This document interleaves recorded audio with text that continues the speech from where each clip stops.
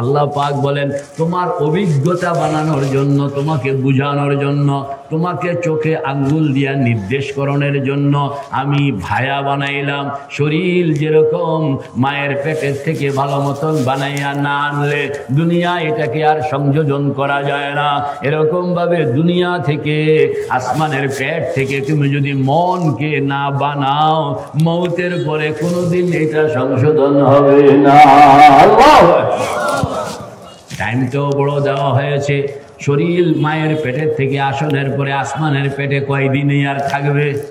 হয়তো 60 বছর, নয়তো 70 বছর। আসমানের পেটের থেকে আপনি যখন কবরে যাইবেন তখন কয়দিন থাকতে হবে? আল্লাহু আকবার, আবাদুল আবাদ। এজন্য আসমানের পেটটা অনেক বড় করে দেওয়া হয়েছে। আপনার হায়াতটাও 9 মাস 10 মাস নয়, 50-60 বছর বানানো হইল। ঠিক না বে ঠিক?